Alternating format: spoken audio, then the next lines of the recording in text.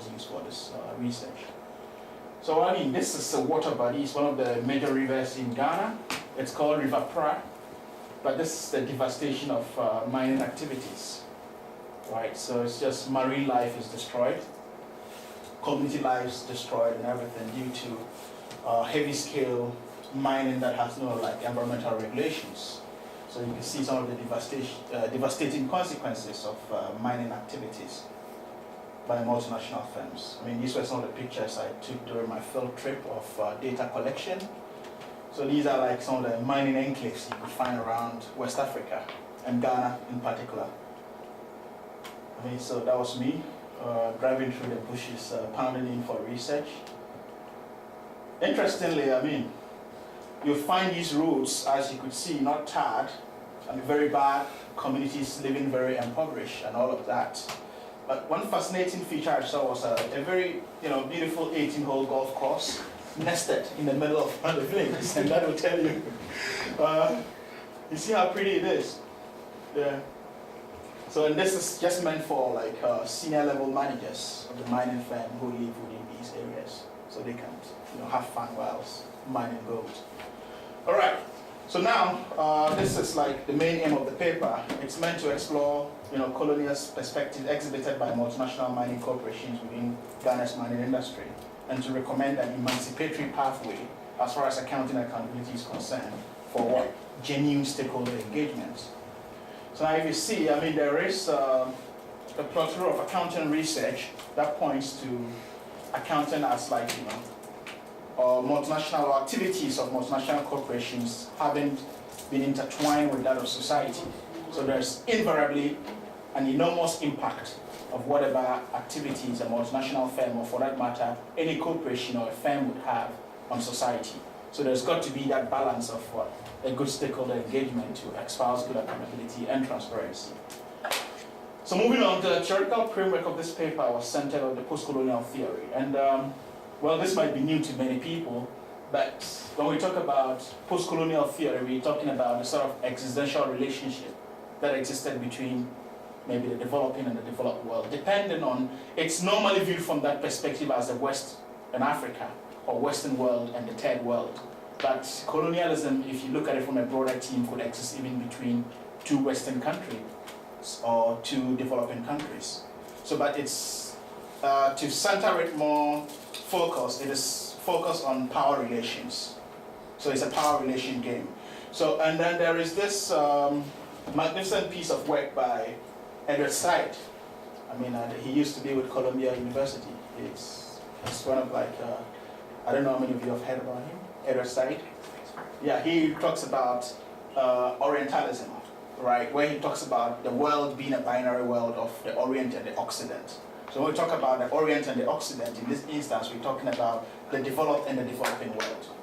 So now, to build on the perspective that existed between the developed and the developing world through trade and slavery and what have you, then another chap who's Indian, Homi Bhabha, he's based in I think he should be in Harvard at the moment as a comparative literature professor.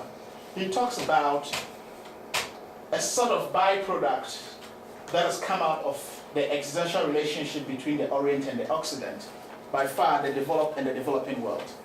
So the sort of byproducts are mimicry, hybridity, liminality, and ambivalence. When we talk about mimicry, we're talking about a colonized people trying to imitate the lives or the practices and values of the colonizer, because it's a hegemonic power that is invaded it. So when we talk about hybridity, we talk about a blend of cultures of the colonizer and the colonized that leaves it at nothing. So it's sort of like a hybrid culture. And or values or traditions or institutions. And we talk about a liminality, because of the presence of colonialism, there are these barriers that would not exist or allow the existence of the colonized to realize his or her potential. Then we talk about ambivalence, which leaves them in a very confused state. All right, so now moving on, this is sort of the theoretical pictorial view that the research is sort of feeding into, where we have the Occident and the Orient. So now within the Occident and the Orient, there is this relationship existing, right? Which we don't know. So now within that world, there is what? Colonial and post-colonial era, where you have the privileged and the unprivileged world. We're talking about the unprivileged being, into a bit of a bracket because they have the resources, but they don't know how to use it. So they are privileged in a way, but in another way, unprivileged. But the privileged world, which is the Occident, the developed world, have got this relationship. So now you have the existence of whatever will take place and whatever will be produced, where there's going to be attempted accountability and transparency. At the end of the presentation, you see another model that will come out, then answering what the question marks are. So moving on, the sort of methodology that was employed to get a rigorous process of this research were interviews, right? So stakeholders were interviews within the mining industry. So within the interviewees, we conducted 30 interviews in the summer of 2013, where we had stakeholders of Ghana mining industry. They included CSR managers, sustainability managers, finance managers, communities, human resource managers, politicians, NGOs, civil society organizations, regulators, and some of the community members to see their perspectives of some of these practices and the relationship. So moving on, you'll see the key emerging themes that came up were capitalist supremacy, foreign hegemony, lack of transparency, past history and effects of mining, impressions management, because most of the companies producing annual reports, reporting what they were doing, were just greenwashing. They were hiring PR firms to do these things for them when they did not reflect the reality on the ground. So you have what regulatory risks. You have a very weak stock exchange because in other jurisdictions like the developed world, the City of London probably might be playing an integral role in driving good corporate citizenship and good regulations. But here, in a developing country setting, you have a very weak stock market where even the foreign firms were dictating policies for it to follow. So you might imagine the sort of accountability process that will be coming out of these firms. There was absence of CSR at all. There was ignorance of the institutions. There were silence on social and environmental issues, very, very minimal. And the sort of explanatory view you could give to some of these things are, these are people who are impoverished. How would they have time to talk about social and environmental activism? Because all they want to do is to fill their bellies for now, to get themselves healthy before they can talk about that. So there's low-key activism in terms of environmental issues. There's low engagement, and the companies are either not doing it as well. So if you move on, for instance, these are sort of some exemplary quotes you could have. This is a finance manager of one of the multinational mining firms, and here's what he said. We're not running a communist system. This is a pure capitalist business. We hear them, we manage them, but they don't run the business. So they are not a part of management. He was referring to the communities. This is his perspective, sitting in a corporate office and thinks that, this is a capitalist world and we can't really engage people to get these accountability measures. Interestingly, if you move on, this is an HR manager, and we all know, the role of HR managers, the sort of pastoral role they have to play. But here's what he's got to say. He said mining is not a democracy. Yeah?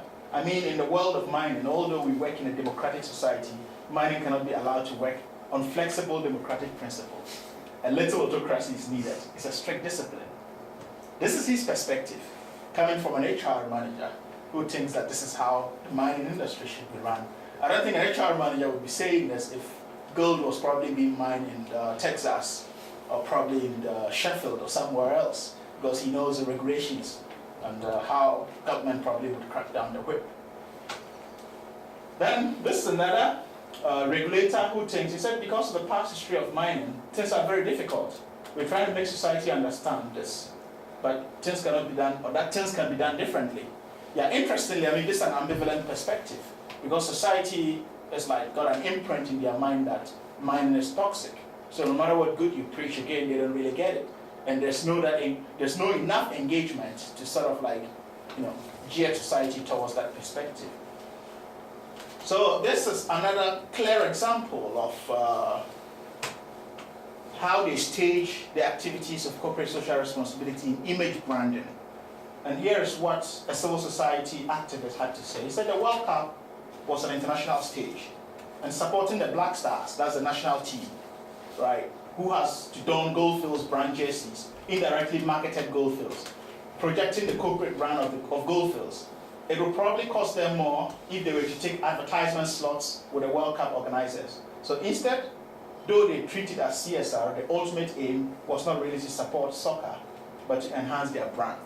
So Goldfields is one of the leading multinational mining firms in Ghana that was like the gold brand supporters of the Black Stars or sponsors during the World Cup, during the last World Cup.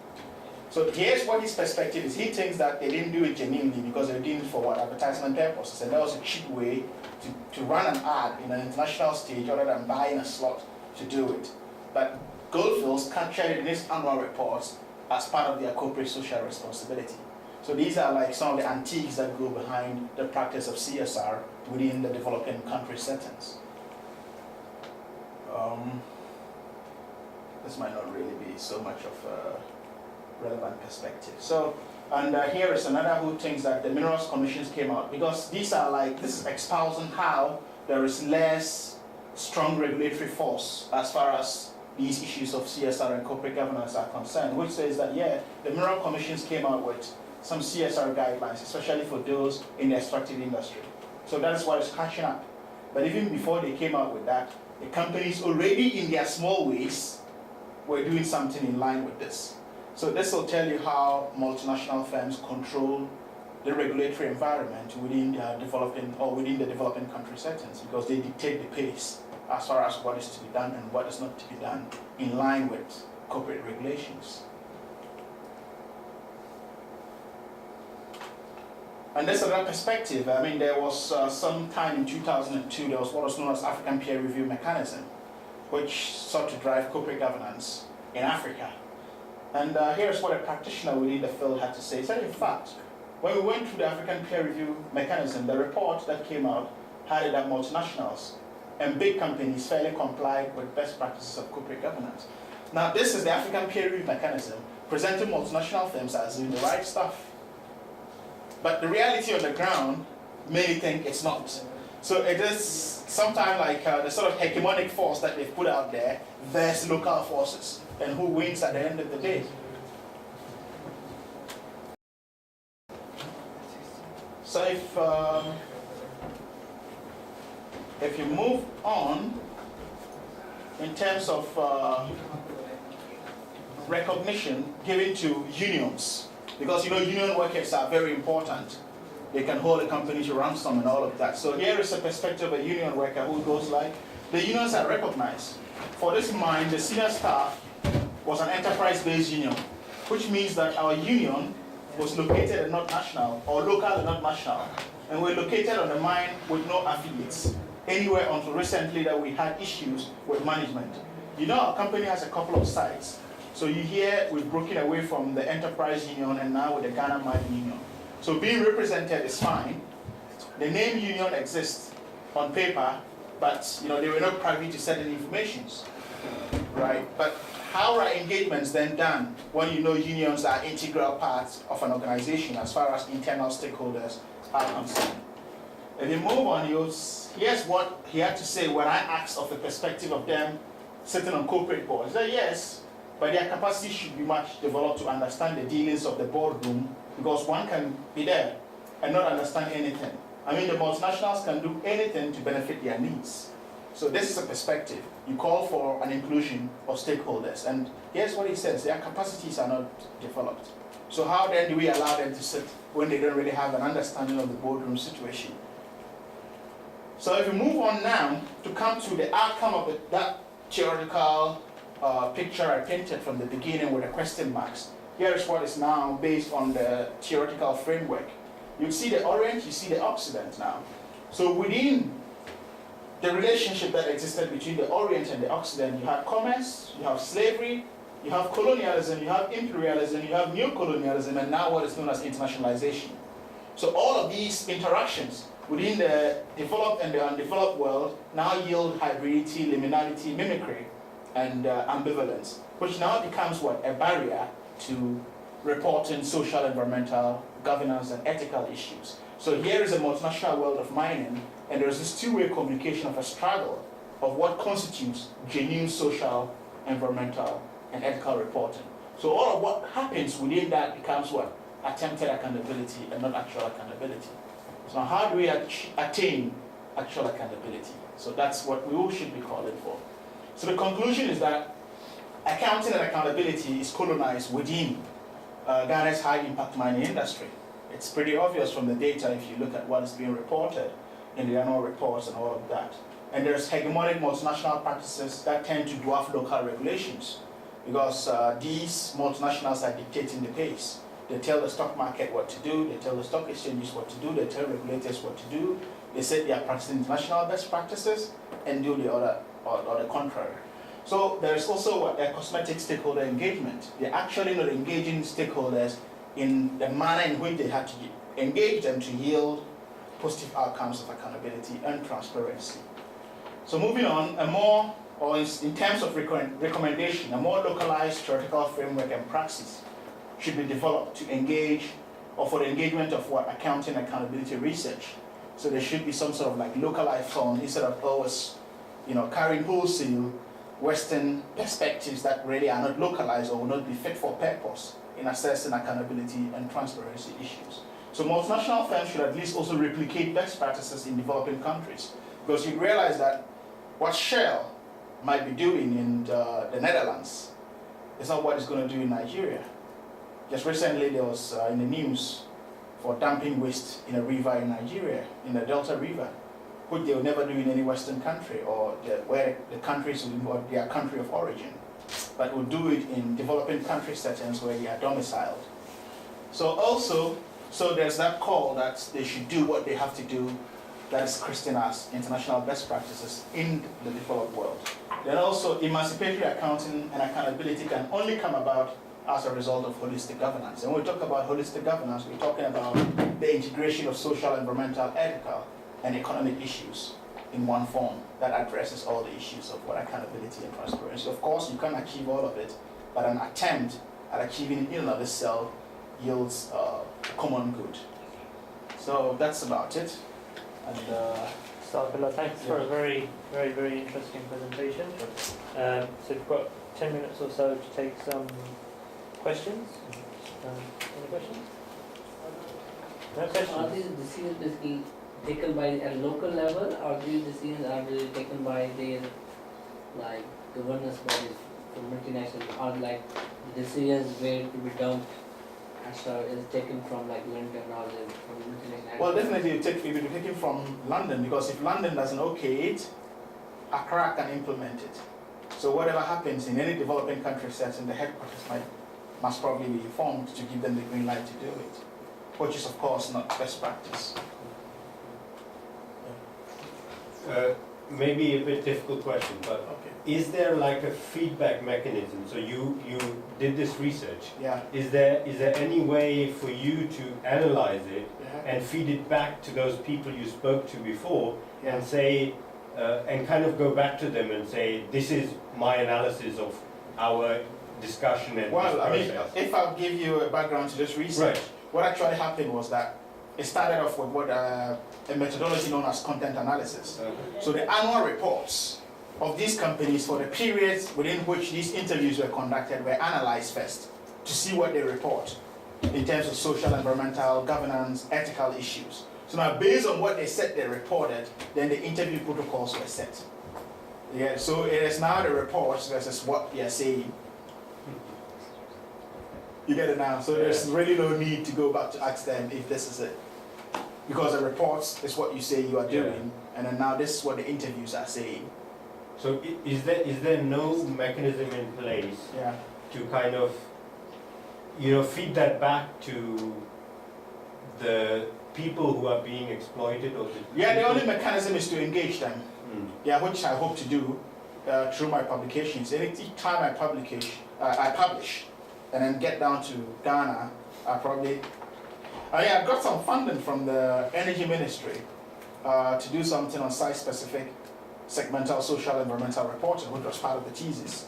So one of the promises, or one of the catchphrases I used to get them was that I'll have to come back to engage them on the outcomes of it. So organize some workshops or symposiums to also see how we can trickle it down back to the people to see what these things are or what the reality is. What's the timeline for you actually going out back there to To do that, Yeah. I really don't have a timeline. It's when I have that time. By the time you do that, Yeah. it might be a bit too late for. Yeah, I get where you're coming from. Yeah. Yeah, I might be a bit too late, but with what has happened here, trust me, in the next 10, 20 years, it's still going to be happening. Mhm.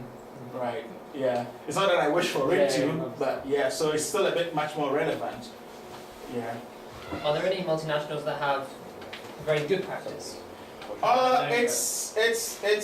It's a hodgepodge, I would say, because even with all of these things, I mean, there were some of them that I interviewed, like, okay, well, to give you another background to the research, I worked with 7 multinationals, 7 different multinational firms with different countries of origin, Canada, Australia, South Africa, where else? United States, right? But none was an indigenous Ghanaian company.